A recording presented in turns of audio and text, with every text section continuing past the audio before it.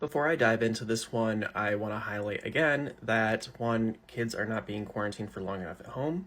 There's no stopgap measures allowing people to take time off work to be able to take care of their kids when they get sick with COVID.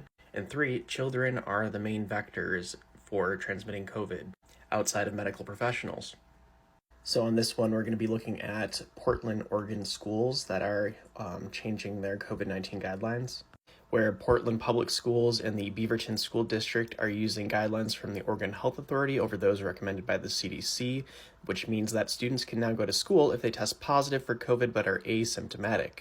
Where a parent in the school district said kids are going to spread it to their whole classes, where Laura Mertens said that her son's first grade class had already had a COVID outbreak where 15 kids got sick, and that quickly spread to their family members.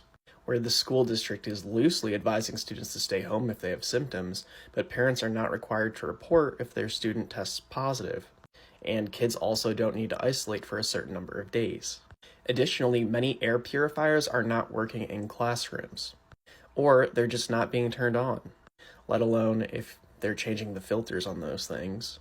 And again, from January 2022 to June of 2023, the CDC reported that half of children who died from COVID did not have underlying conditions.